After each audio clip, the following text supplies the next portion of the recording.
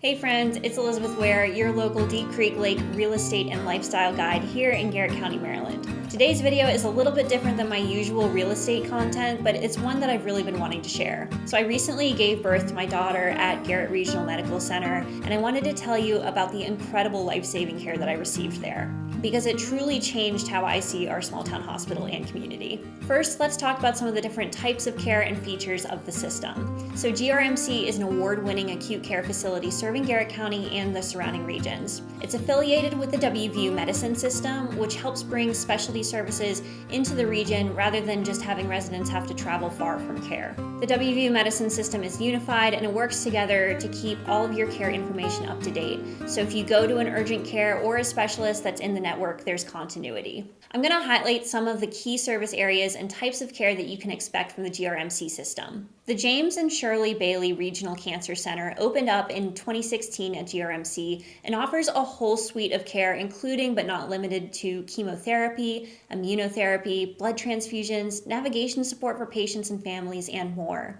Orthopedic care is especially important with nearby Wisp Resort to have great local diagnostic care and options for surgery if needed for any kind of sports-related injury that might happen. After you're checked out by the wonderful Wisp Ski Patrol first, of course. The Behavioral Health Center provides outpatient mental health and substance use disorder services, individual, group, and family therapy, plus psychiatric medication management and medication-assisted treatment for opioid use. Here are some of the other services that the system offers locally. For more information, the GRMC website is linked in the video description below. These services round out the hospital's offerings and speak to long-term care and wellness in the region. If you would need to see a specialist that's not covered locally, the JW Ruby Memorial Hospital plus many additional medical offices are all located in Morgantown, which is about an hour from the lake. Ruby is another incredible hospital with even more facilities and services, so it's nice to have options within the network nearby.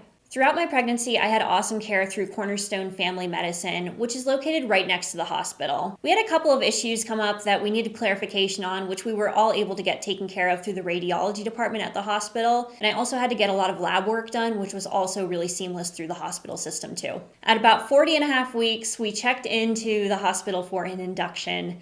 The nurses were all extremely attentive. I believe there are about 6 different labor rooms, and they're all super beautiful, updated, and spacious. My husband slept on the pull-out chair that turns flat into a bed, and he didn't complain too much. But the nurses also said that we could have brought an inflatable mattress if that was preferred, so it's really great to have that choice. And throughout the entire time I was there, I felt really empowered to make choices. The nurses were all open to how I wanted my delivery to go and were there to support and offer suggestions. I can't understate how much the nurses all treated me like family. Anytime I needed anything at all, I just pushed a button and I could talk to a nurse through the phone to ask any question, or they would send someone in to help me. So I was given the induction medication on a Tuesday night around 7 p.m. and then my nurses encouraged me to try to get some sleep so I could have the energy for labor the next day. Of course, I was too full of adrenaline to sleep, but around 3 a.m. my water did break and I was able to relax a little bit as I could start feeling the contractions starting. So I woke up feeling really excited and ready to go the next morning. I really wanted an unmedicated birth if possible, but was definitely open to pain medication if it dragged on too long. But unfortunately, by 5 p.m. on Wednesday, the contractions were just extremely intense and I wasn't progressing at all. I tried the nitrous oxide, but it just wasn't a good option for me. And I think what I really needed in that moment was just to relax my body for things to progress. So one of the nurses told me that she had been doing this for over 35 years, and based on my level of pain and her experience, I should really get an epidural. And you can probably guess I'm super glad that I did. I was actually able to sleep a little bit until about midnight on Wednesday. So Dr. Crowell from Cornerstone, who's actually now with the hospital, took care of me throughout my labor, and she was wonderful. She had to come and check in on me multiple times throughout the day to measure my progress, and I was so used to there being no progress at all that I had accepted that I was more than likely going to have to get a C-section. But when she came in to check on me at midnight, somehow I was just fully ready to start pushing. The pushing lasted almost 3 hours, and the nurses and Dr. Crowell were all the most amazing support team and my biggest cheerleaders. Of course, once the baby was here, we were all so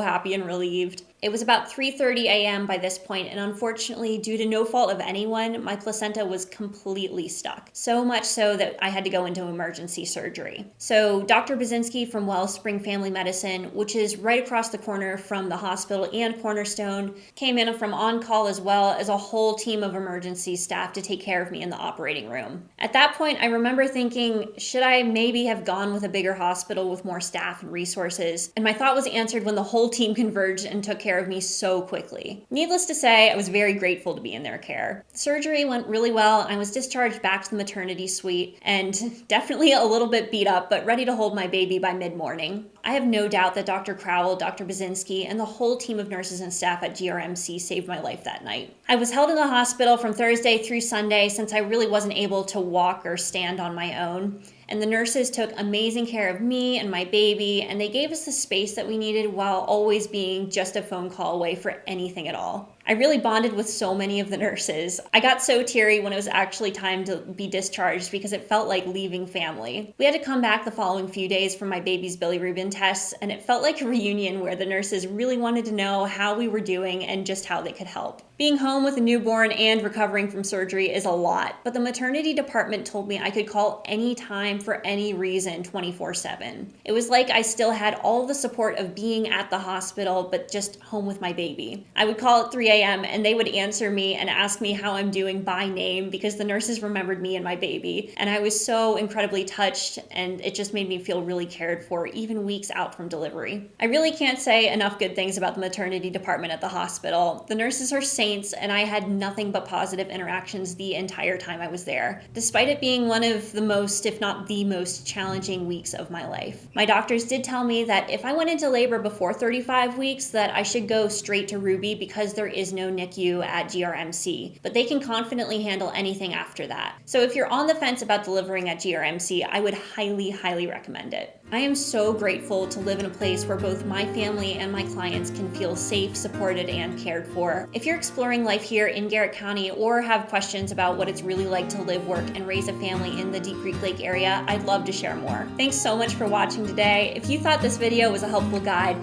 make sure to like, subscribe, and follow along for more guides and content about the Deep Creek Lake area. My name's Elizabeth Ware. I'm with Realty, and I'll see you in the next one.